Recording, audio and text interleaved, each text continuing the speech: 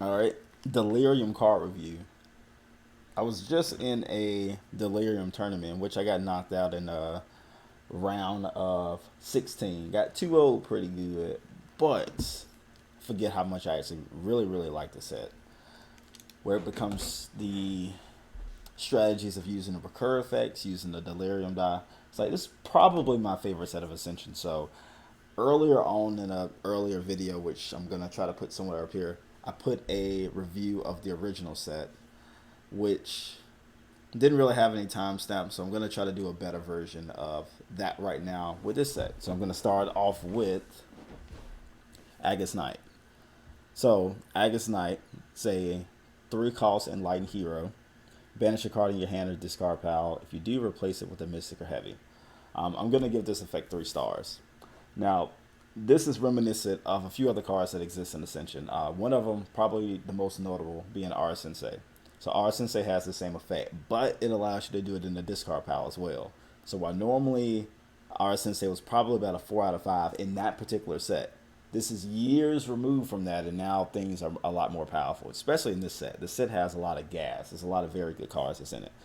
This effect, and I'm not going to try to do any half star, so I'm doing everything from 1 to 5. So if something seems like it should be a 3.5, which this might fall in that category, I'm just going to lean more on the side of the 3, just because you're going to see some other cards that I'm going to rate a little bit higher in terms of its usefulness and how this set can really snowball when you let certain things go unchecked. So Aegis Knight's going to get a 3 out of 5.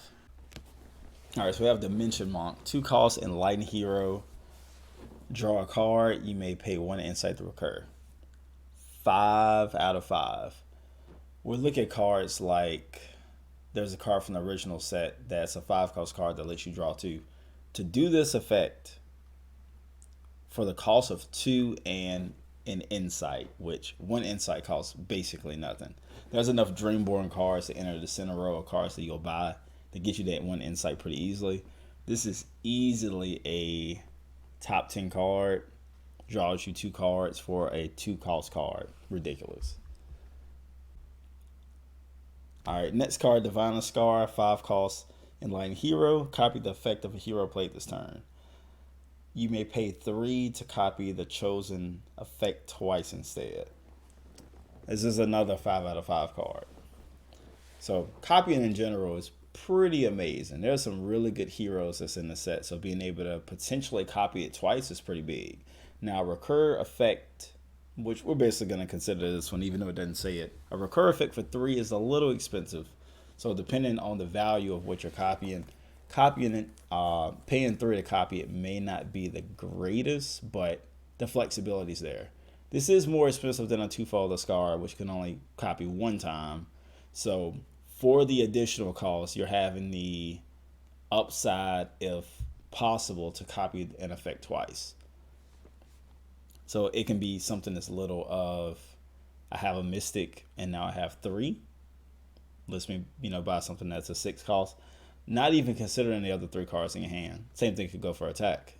You could not want to heavily invest in a attack strategy. Let's say you have 1 heavy. All of a sudden it normally becomes 4 attack or it becomes 6 attack. So the flexibility is really high for this not to be a 5-cost card. Dream Dealer, 4-cost Enlightened Hero. Draw a card, then banish a card in the center row. Then if there's an Enlightened, Lifebound, Mechana, and Void card in the center row, roll the Delirium die.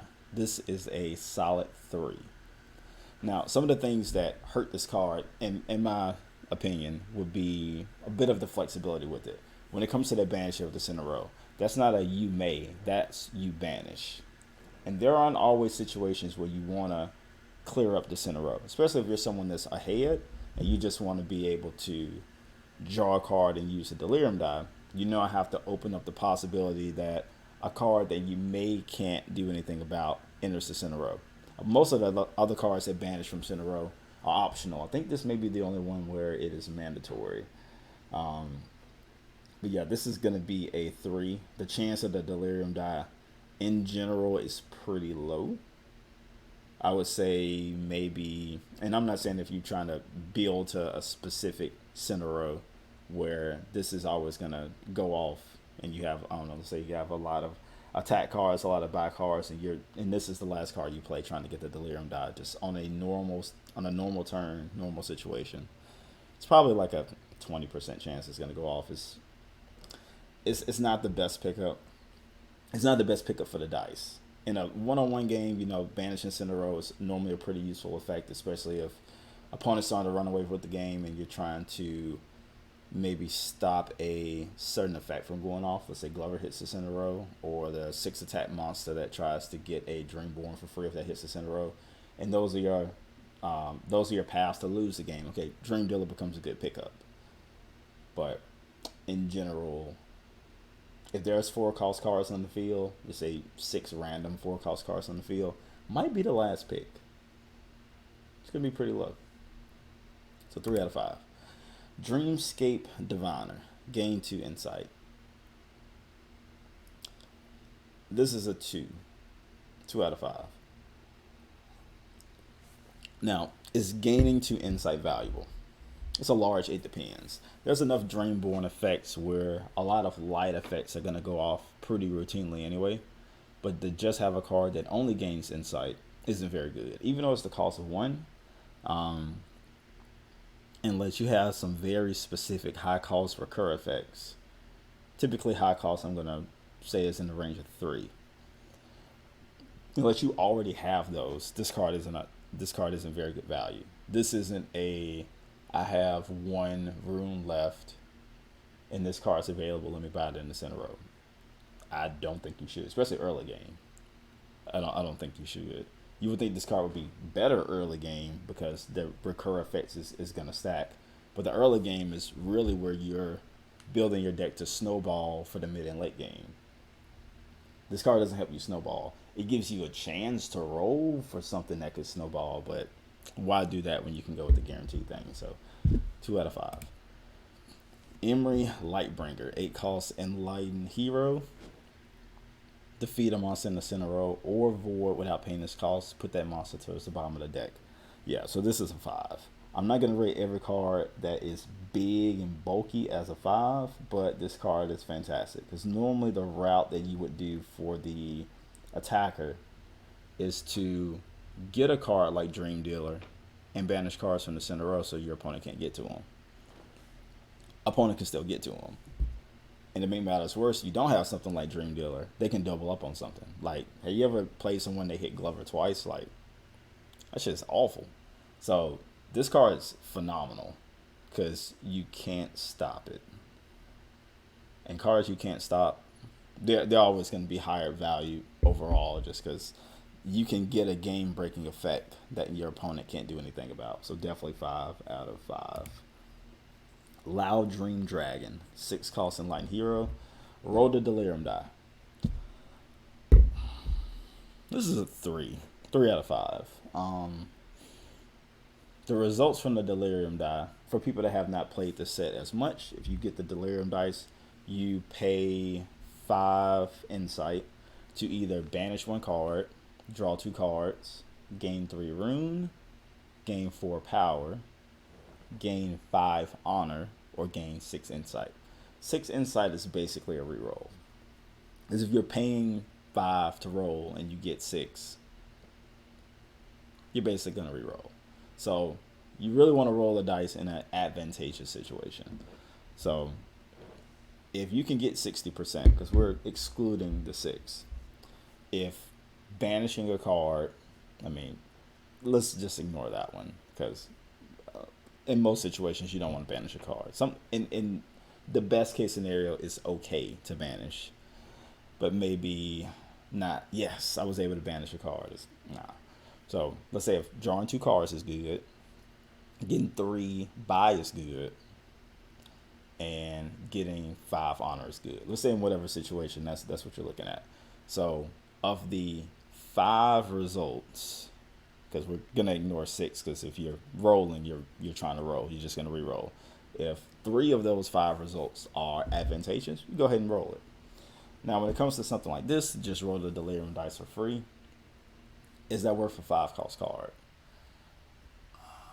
Not 5 cost card. Is it worth a 6 cost card? Nah, I mean, of sixes, this is one of the weakest sixes I can remember. You'll see other sixes in the set, and they're like way, way better. So it's not only just looking at this card effect, but also looking at it in comparison to other 6-cost cards in the set. So 3 out of 5. Alright, Templar General, 4-cost Enlightened Hero. Defeat a monster would cost 4 or less without paying its cost. Serenity, when you acquire this card, put it to your hand. 5 out of 5. So the monsters that you can kill in this set are better than your average monsters when you have some insight. You can hit up the double construct removal. You can hit the double banish from the discard pile. You can get the 3 rune. You can hit the pups to draw 2 cards. And to get that in the hand right away, phenomenal card. Plus it's Dreamborn. Dreamborn didn't move the needle all that much, but you know, it does get something that may be like a 4.5 and bump it up to a 5, just because you don't want to waste your buy on something like Dreamscape Diviner when picking up a few useful Dreamborns can still get you that little bit of insight you need to get over the hump. So 5 out of 5. Dreamstone, 3-cost Enlightened Construct. You may banish this to roll the Delirium die. This is a 1. This is probably the second worst card that's in the set. So rolling the Delirium dice, like I said, is a chance. It's a chance that it is good, and it's a chance that it's bad. So you're wasting 3 and banishing a card. So wasting 3 by a card draw on the turn that you get it, and -1 honor when you play it for a chance to have an effect go off. Not saying it's trash, because there's always some situations where it could be useful. You can get the card that brings it directly into play if you need this additional 4 attack on that one turn.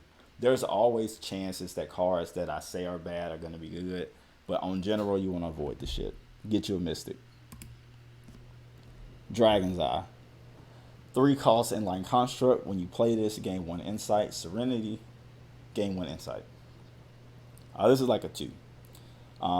Playing a card, playing a construct.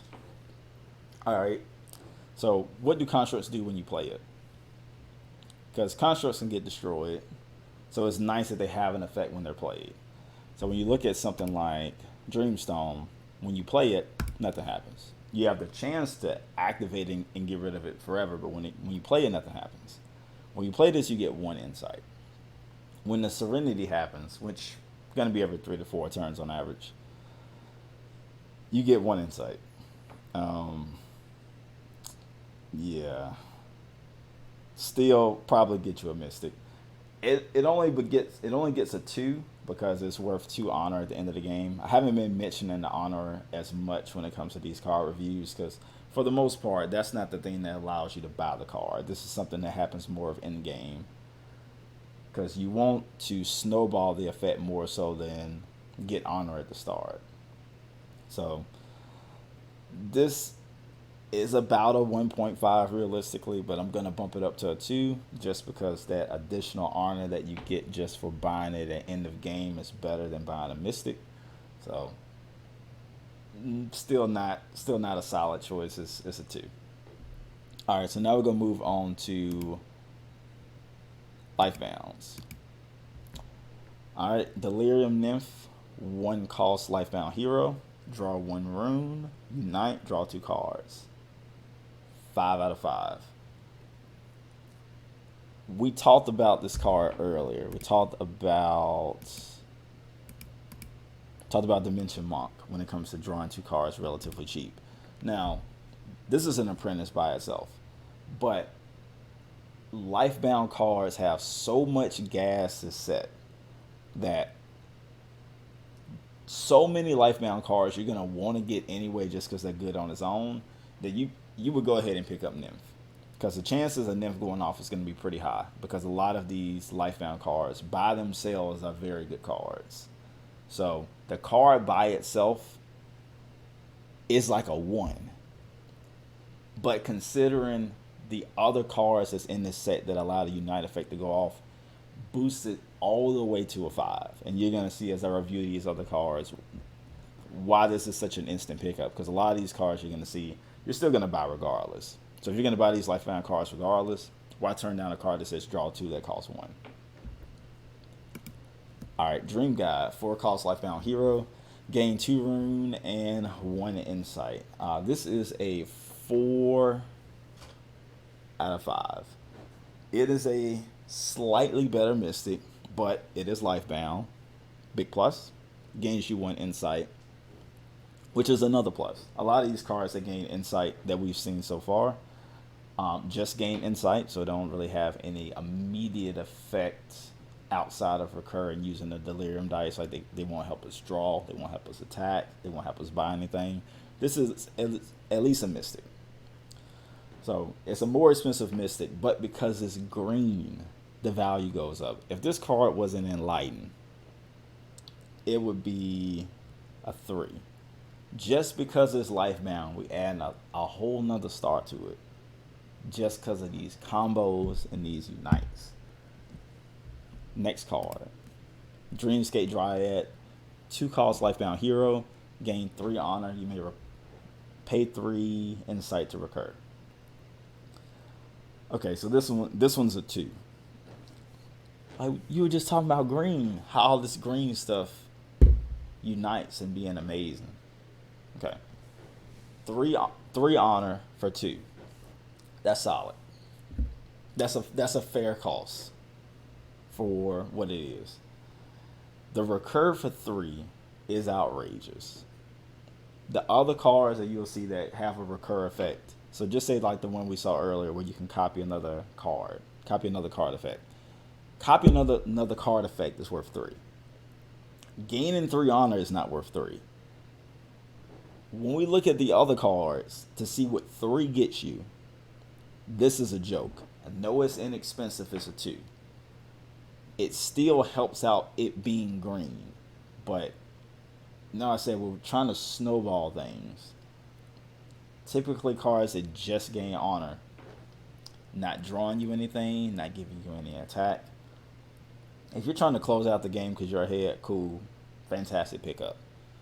If that's not the case, it's early game and you're still trying to battle for position, you're trying to gain a deck identity. You don't want the identity to be honor gain unless it's just like a board full of monsters and it's just going to be a small game where someone's going to win with 60 honor or so. This isn't something you build the deck around. This is a 2 out of 5.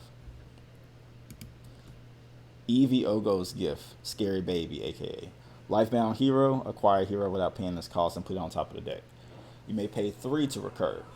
So going back to that last effect where you can gain 3 honor for the cost of 3. Or with this card, you can put another hero of any cost on top of his deck. See why we gave it a 2. But back to Evvy. Evvy is going to get a 4 out of 5.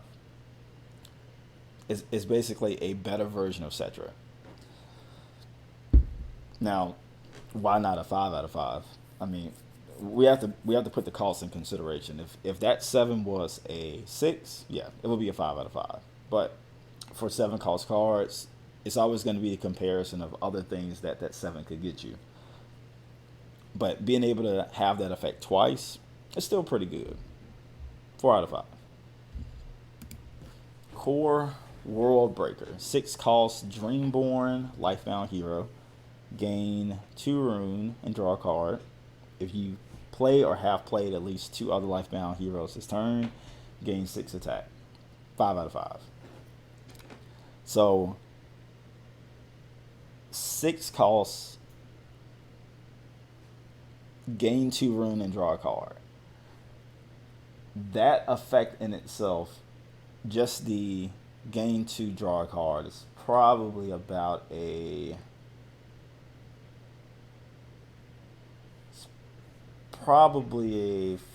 5 cost card when it comes to what its effect does. It's a 5 cost. But for 1 additional, if you play 2 other cards, you get 6 attack.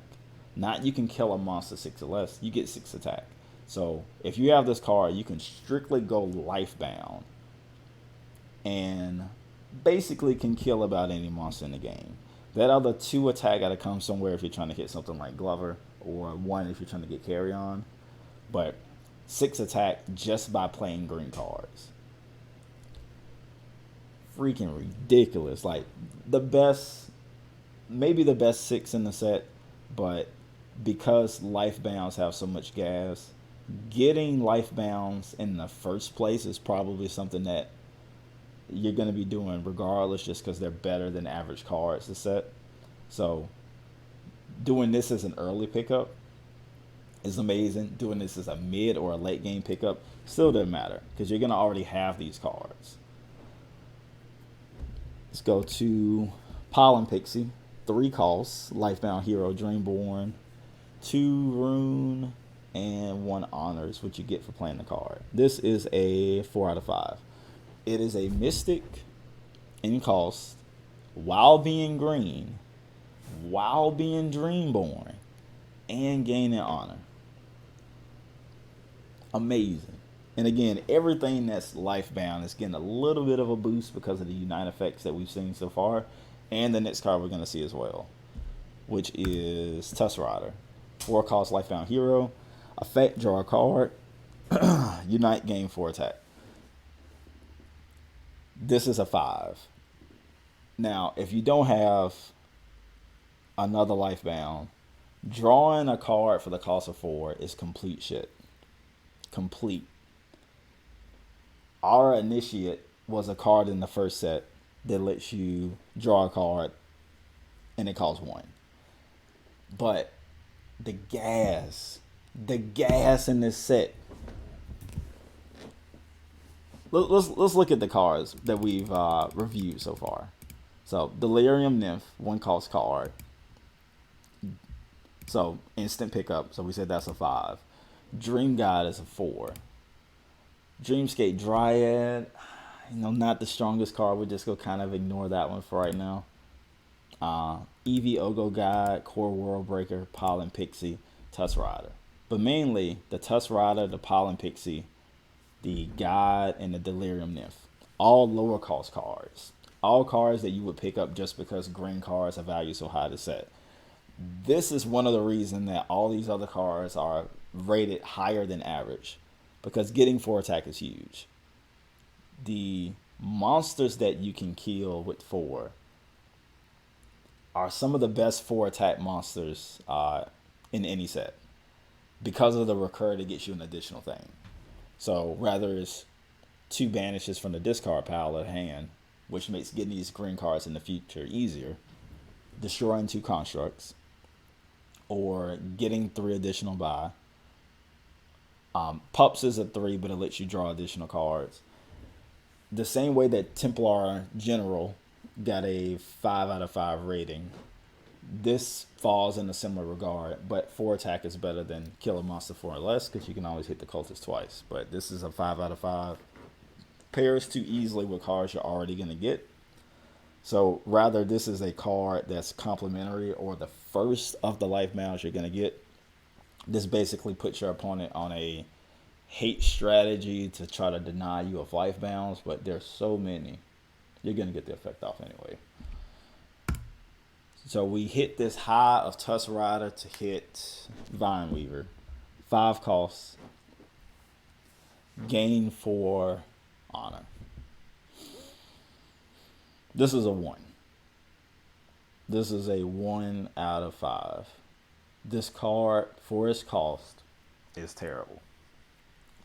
Dreamcast, not Dreamcast, Dryad, Dreamscape Dryad, gave that a 2. And for a 2 cost, it gains you 3 honor. So for the whopping cost of 3 more rune, you only get 1 more honor. Notice I've been ignoring these fate effects. I think I'll probably touch on those a little bit later. But the fate effects. As a fate, if you can win this for 1, cool. If you can win it for 2, still probably pretty good. But don't buy this for 5. This is I'm trying to close out the game in the same small window that you would buy Dreamscape Dryad. This is the window you would buy Vineweaver. unless you got some of these other green cards. You need to already have the Tuskrider, the Delirium Nymph. You need to already have those cards to even look in the direction of Vineweaver or Dreamscape Dryad. Like, hard pass unless I already got the good green and then I pick up the slimy green afterwards. This is a slimy green card. Green, but yeah, kind of slimy. Alright, and the last one, you got Ogo War Tree. 3 cost Lifebound Construct. Once per turn, when you acquire a hero in the center row, you may put it on top of the deck. This is a 3. There are certain cards that the downside of the Ogo War Tree is when you play it, it doesn't do anything. Construct Destruction is a little bit easier to set because it's easy to double up on a 4-cost card. And when this card is played, it doesn't do anything. Not to say that that makes a card bad, because Stone Circle in a previous set basically has the same effect. But something being a faster set, having better than average heroes, means that your constructs need to be better than average as well. And even though this is a inexpensive form of a card that normally is pretty good, it's too slow in this set to be one of the highly rated cards. So it's in the middle of the pack. It's 3 out of 5. Then we go to Mechamonk, in which the first card is one of the more interesting cards, Emri Ironheart. 6 cost Mechamonk hero. 6 cost, not 6 costs. You gain 3 rune. If you control 2 or more constructs, gain 3 attack. And you can recur for the cost of 3.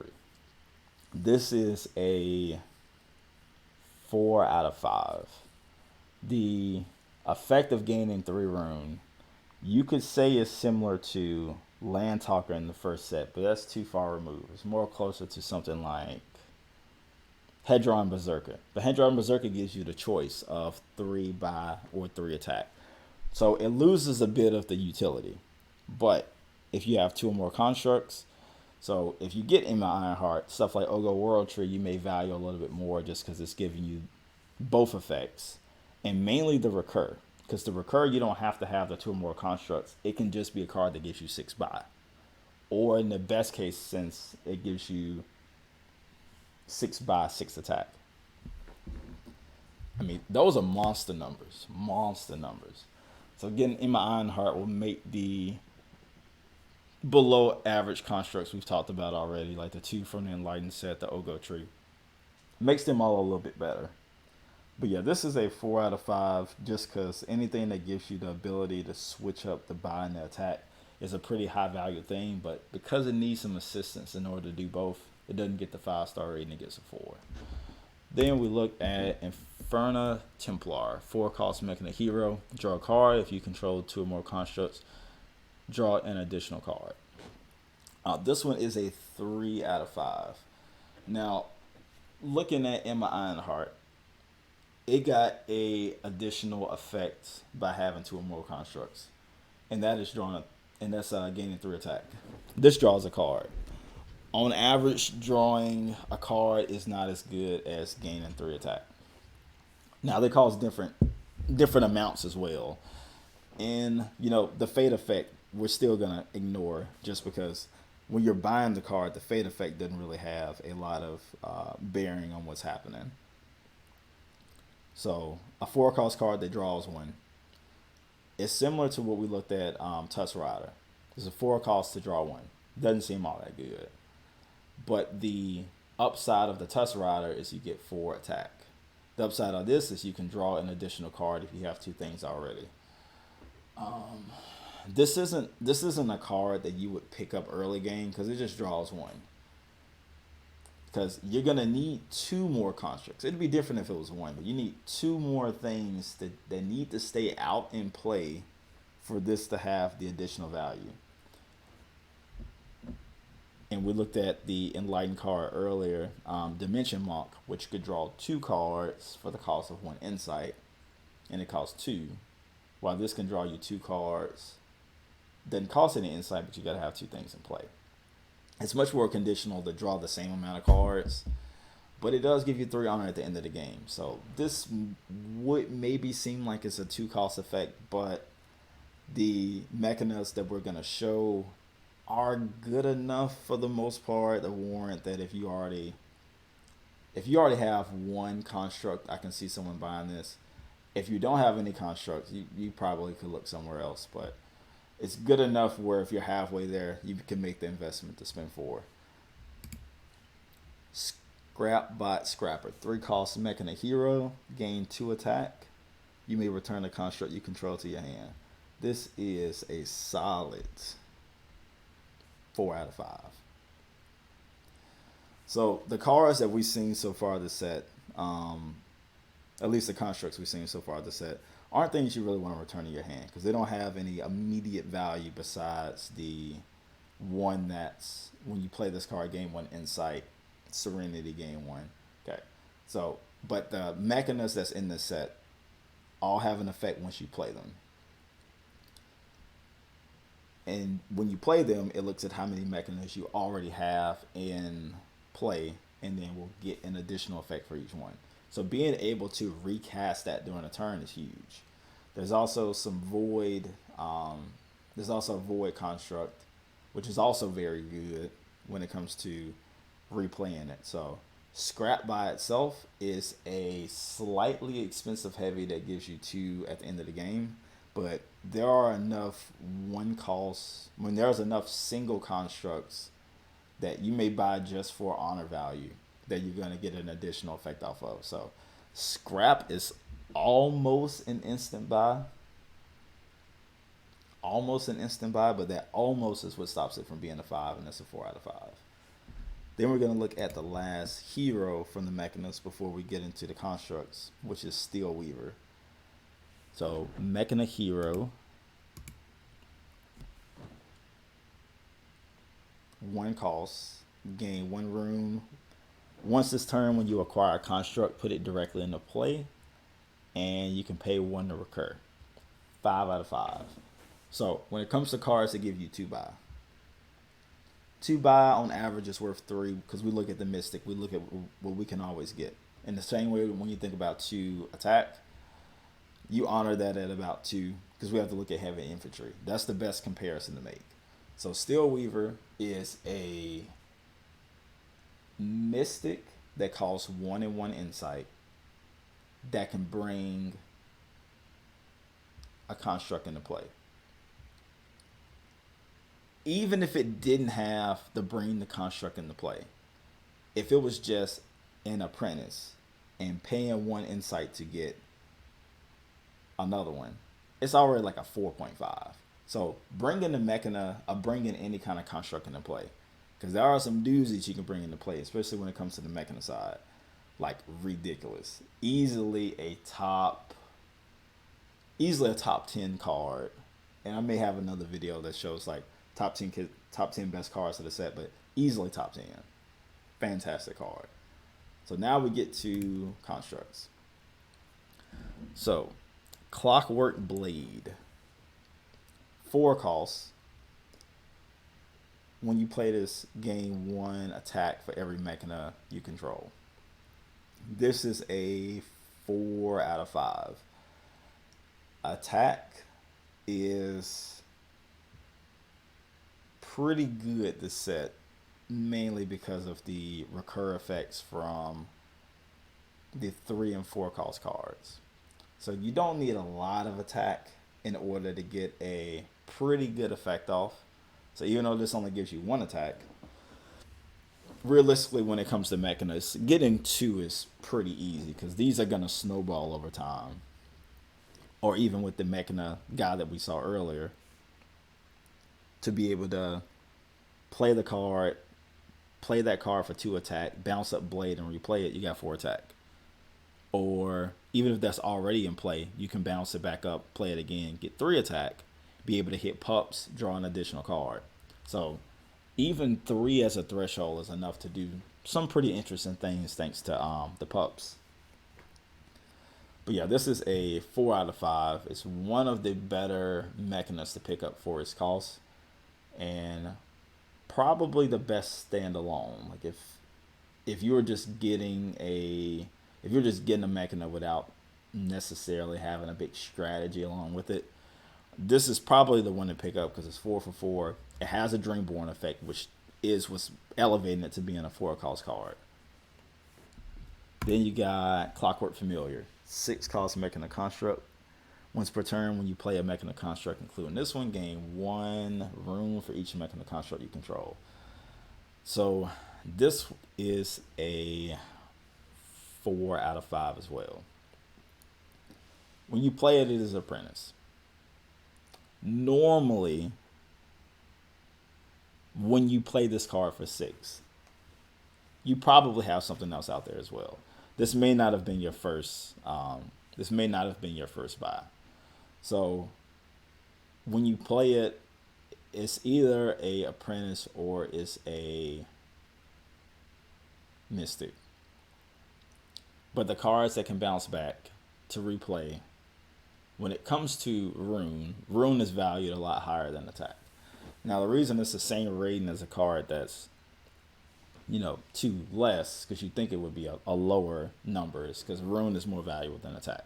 Rune gets you things that you're going to see multiple times throughout the game. Attack can hit one monster, and then that'd be the end of it. Not to say you can't hit other monsters in the future, but they're not going to have this recur of continuing being shuffled into the deck to allow you to snowball or advance whatever strategy you're trying to do. Buy is better than attack. I don't think there's a lot of argument with that. But there are ways to get things into play with the Steelweaver, bounce things and replay them with the Scrapbot. You can get a lot of buy really quickly with a card like this. So 4 out of 5. They got Clockwork Helm, 5 costs. When you play it, you get the Insight. This one's a 3. It doesn't Dreamborn, which the other one didn't Dreamborn either, but Insight, in my opinion, is a lower value than buying or attacking, and drawing cards for that matter too. So Insight has its value, but it's to a lesser extent. It's a card that's 5 out of 5. This isn't one that, if you have 5 costs, this isn't necessarily like a good pickup. This is very reliant on having other things already. I would pick up Clockwork Blade by itself and Familiar by itself, because I know whenever I play another one, I'm going to either get 2 attack, which could have an immediate impact on a monster swing, or 2 rune that has a much more impactful nature on the deck of being able to add a card that I'm going to see maybe 3 or 4 more times that game. The 2 Insight, it could help with the immediate recur effect, or it could help you roll the dice, which could get you the result you want. It's less concrete. It's more vague of other things being, of other cards existing that you already have. Like just say like for the recur effect, for instance. Okay, you get the 2 additional. It may not even be a value that turn, because maybe you're not holding it. While a turn that you aren't able to buy something from the center row, you say like, oh, this card gave me 4 additional buy this turn. It's not like, oh, I can't buy anything. Not to say that it doesn't happen, but it's a lot harder to not take advantage of 4 rune than it is to take advantage of 4 Insight. Because yeah, you can roll, and a lot of times, like I said, if your roll is not advantageous, you probably don't want to roll anyway. So Clockwork, it's still going to be a 3, just because it's a combo-oriented card. It's not an early game pickup. It's more of I already have 1 or 2 options already, or I can bring it into play for free. If you can still Weaver it for free and you don't have to draw it, that's a little bit better, but that's middle of the road. It's a 3. Clockwork Shield, when you play it, get 1 honor for every Mechana construct you control. This is also a 3. I'll just say, long story short, it is worse. Gaining honor is worse than gaining insight, but Clockwork Shield is cheaper. And it fulfills the condition of all the other better Clockwork cards, this being the least expensive of the ones that's in the set. So this will be the easiest way to get the other ones activated. So I'm just going to give it a 3. Then we got Dhartha Mechamonk. So same thing as all the other ones except you draw a card. So drawing a card late game or mid game, I would say it's better than either 1 rune, 1 attack, 1 insight, 1 honor. If you have all 5 of those options, draw, attack, buy, insight, or honor, I think you would pick draw. Any multiple of those, you're still going to take draw. So rather it's draw 3 cards or gain 3 attack, you take the draw. Or gain 3 rune, you take the draw. Or gain 3 honor, 3 insight, you see what I'm saying? So it's still going to be the best, but the shit costs 9. But you can get it for free as well. Hence it's a little bit harder. You got to have the 6 attack monster to be able to hit it for free. But at least when it comes to a star rating, it's 4 out of 5. It has a fantastic effect. It is extremely expensive, but it gives you 9 points at the end of the game. Do you buy this card by itself? No. No. If you had 9 and the 8 attack enlighten hero that can kill monsters from the center row, you don't buy this card. You buy that one. But this still is pretty good. So this is going to be a 4 out of 5. And then for the last Mechana, we got Salvage Yard. 7 cost Mechana construct. At the start of your turn, return this to your hand. Okay. This is a 3 out of 5. By itself, it does nothing. Not that it's necessarily bad, but it does nothing. Alright, so you return something to your hand and play it. If you don't have any other mechanisms, it didn't do anything. But it is Dreamborn. But if you do have anything else, you're getting that effect off constantly. Now, what effect you have constantly, of course, depends on the state of other things you've been doing so far this game. Rather, it's the one that does the attack, the honor, the rune. Thankfully, there's a choice of all of them. So Salvage Yard is never going to be the first pickup. In the same way that you wouldn't pick you wouldn't pick the Dhartha over the 8 cost hero that can kill monsters in the center. Or the discard pile. Salvage Yard loses to every other 7 in the set. But if you have 1 Mechana already, it becomes pretty good. If you got 2, insta buy. But it's so conditional that in the best case it's a 5, and the worst case is a 1. We split them down the middle for 3. And to close it out, we got the Void cards. So first one, Cetra Voidmother, 7 costs. Void hero, gain 4 attack the next time you defeat a monster in the center row this turn. You may acquire a hero without paying its cost and put it to the top of the deck. 5 out of 5. Like, I shouldn't have to explain this one. 4 attack, killing multiple monsters. Multiple good monsters, the ones we mentioned earlier. Acquire any hero and put it to the top.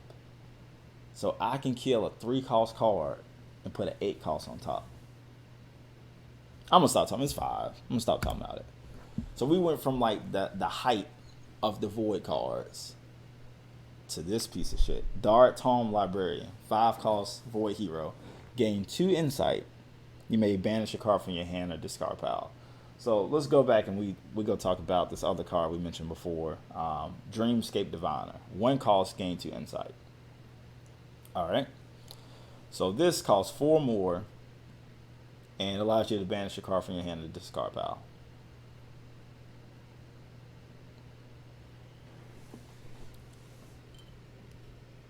Really? I don't care if it's worth 3 at the end of the game. Really? I got 5, and I'm buying this?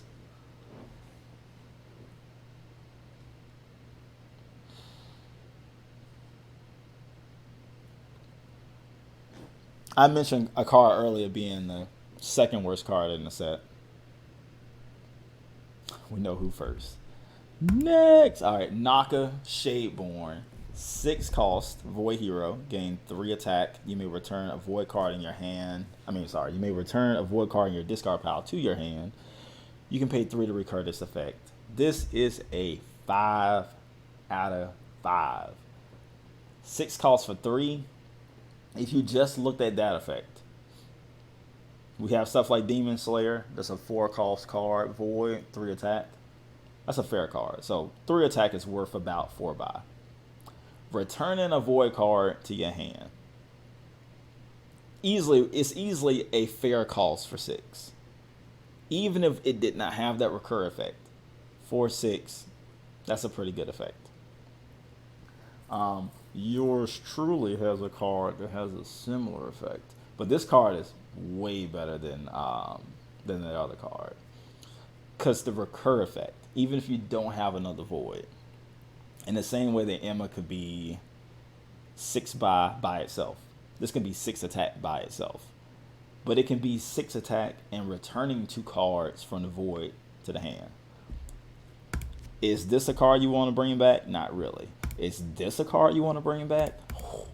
Oh, absolutely. And a lot of other stuff that we're going to show in this set going forward as well is an amazing effect. Absolutely amazing effect. Easily a top 10 card. There's a lot of stuff that's top 10. I'm only mentioning it for some things. But this is probably a top 5 card. To be perfectly honest, probably a top 5 card. All right. Nihil Chemist. I don't know if that's Nihil Chemist. 1 cost.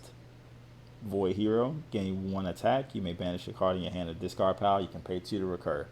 This card,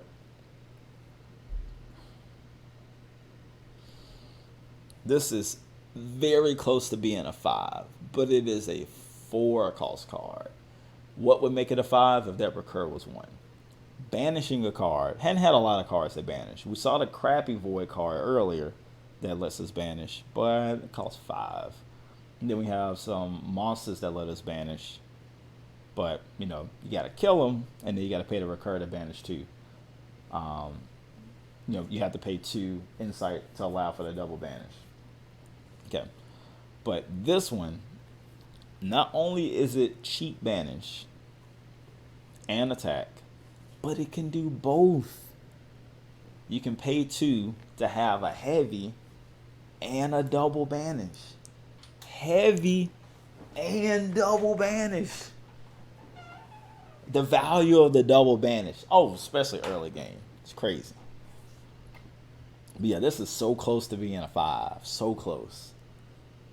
But it's a 4 cost card. Very, very good 4 cost card. If you got 1 left over and that comes out, feel pretty proud about yourself. You got a good card. Shield Barrier. Draw 1 card. 4 costs. Void Hero. Draw a card. You may banish a card in your hand or discard pile.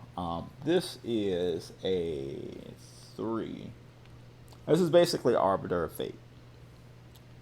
Old school card.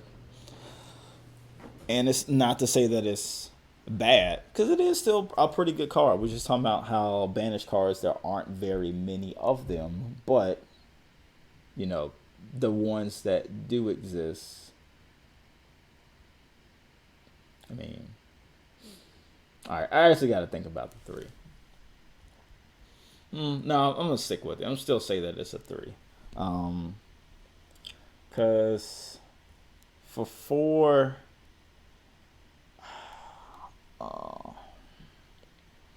I have ratings written down, and I had a question mark about this one because I was kind of going back and forth. If I had to give a half rating, it's a 3.5. But I don't want to do the points. It's going to be a 3 or 4. So I guess we can talk about it real quick. Okay, so it's 4 buy, gives you 2 at the end of the game, fair. Draws a card you can banish from hand or discard pile. At least it's the choice, which There are some void cards that will only do discard pile. Not very many. And it's mainly like the monster effects. They'll be like you can banish from discard pile, but not really hand. So, okay. So at least you got that flexibility. The other cards that banish aren't all that. They're not all that good. Because Chemist is good. That Darktome Librarian is not all that good. Banishing is always pretty good though. But you can say the Delirium die introduces the 1 as a way to banish. This in itself has a fate effect that introduces the ability to banish in a card. The monster that exists, the Toad, that can give you the double banish. All these are possibilities that make this weaker than being a 4. Like maybe it should be a 3.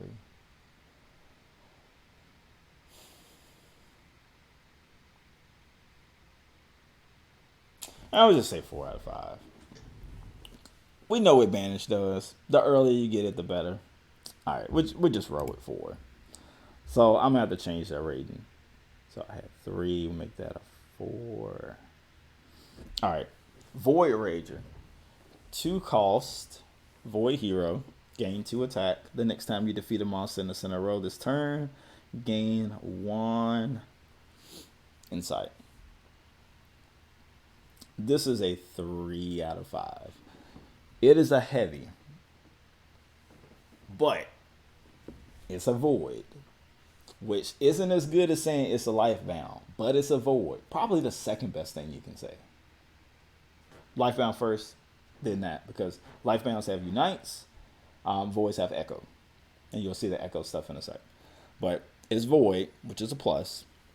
And it gains you 1 insight, which is a plus as well. Now, is this something you buy in isolation? I don't think so. If you have one of these echo effects already, whether it's a Naka or one of these other ones that's coming up, it's 2 other ones that would make this a higher value card. But just because those cards exist, this stops from being a 2 cost, which I think it normally would be if it was a, let's say if you got Void Rager, you made it a Mechana. It's a 2 cost card. But that Void bumps it up to 1. Bumps it up by 1. It makes it a 3.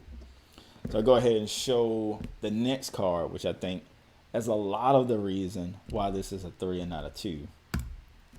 Void Speaker. 4 cost Void Hero. Gain 2 attack. Echo, gain 3 room. Solid 4 out of 5. The Echo effect. Gain 3 rooms equivalent to a 5 to 6 cost card. Let's just say 5 nowadays. Let's say it's 5. The equivalent to a 5 cost card. An Echo effect just by having it in the discard pile. Just amazing. So Void Speaker itself, okay. It gains you 2 attack. That shit's a heavy. That's not all that hot. But a heavy is worth 2. And gaining 3 is worth about 5. So you could say this could be a 7 cost card. That may not be the best, the best way of thinking about it, but Void Speaker. There are enough low cost cards to make that very good. That's the reason I'm giving it a 4. So Void Rager. It's cheap enough where I could buy that card and still have 1 more rune than I would have had that turn. So let's say if I got 2 rune and then I buy Void Rager, play Void Speaker, I get an additional rune. That's kind of more of what I mean. This card that banishes, we've established this as a 4 out of 5. Still a good pickup in general. That's something you may have in your deck already. So this card is a cheap buy that you probably don't already have, but makes Void Speaker better. This is a card you would probably already have because banishing is at a premium. This is definitely a card you would already have because banishing is at a premium. This is a card you would have if you were able to get it. It's a 1 cost because that's amazing. And And if you have this card already, I mean, you may have already won the game if you got that card. That card's ridiculous. So, of the stuff we've seen, just bananas. And then look at the animation. You got the hand like be gone. That's actually some pretty dark art. But yeah, 4 out of 5. And I think we got 2 cards left. Arbiter Circlet, 3 cost Void Construct, gain 1 attack. I will say this is my first biased card review. I don't know where the camera I was looking, because I was looking over here. Nothing over there but the Xbox controller. I'm supposed to be looking here. This is bias. Any card that gives you 1 attack, that's a construct, I'm rating pretty highly. Pretty highly as in it's gonna probably start at a 4. It's a 4 or a 5. It's probably gonna start at like around a 4, which is what I give this card. I give this a 4 out of 5.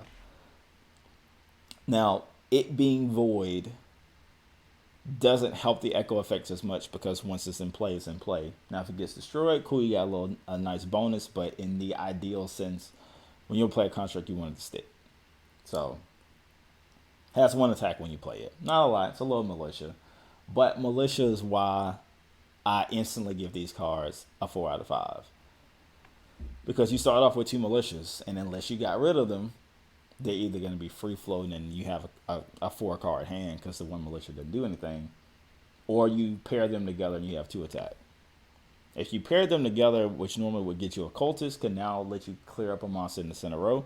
There's a 3 cost card that can give you 2 honor, 1 insight, and then there's the beautiful pups, lots of pups, so you can draw 3. You can draw 2 additional cards with it, and then, if they're not paired together, which is more likely, that militia now becomes gain 1 honor. Is gain 1 honor all that good? Not really. But if you were never able to get rid of the militias and you got Arbiter Circlet early, how many times did you get one of those militias throughout the entire game? 8 times? 9 times? So I just got 9 honor just by this card existing.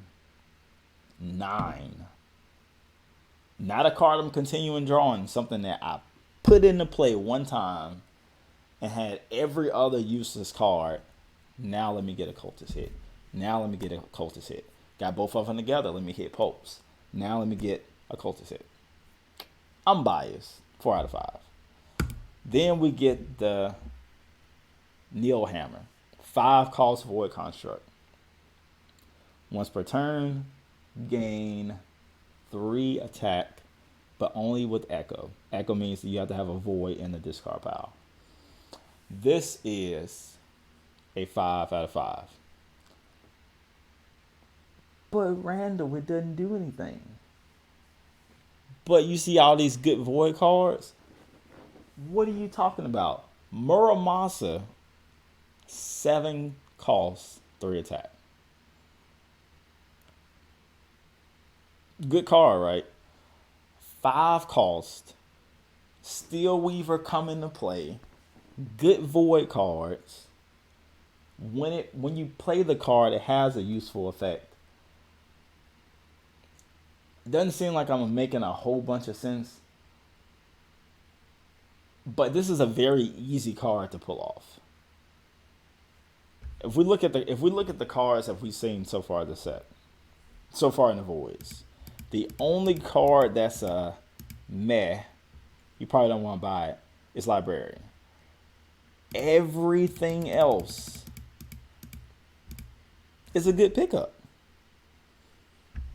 Is Void Speaker a good pickup? If you have that card, absolutely. Because then once you get 1 void, it kind of opens up the box to want to get other voids. So, look at his face. 3 attack. Huge. We just talked about the free floating militias. So your free floating militias can now get you 4. With no other attack in the game, you now are in 4 attack territory just because you have void cards in the discard pile. And more often than not, those void cards are going to get you additional attack as well. So 5 out of 5. Beautiful card. And that basically wraps it up. That was a little quick review of the cards in Delirium. And let me know what you think.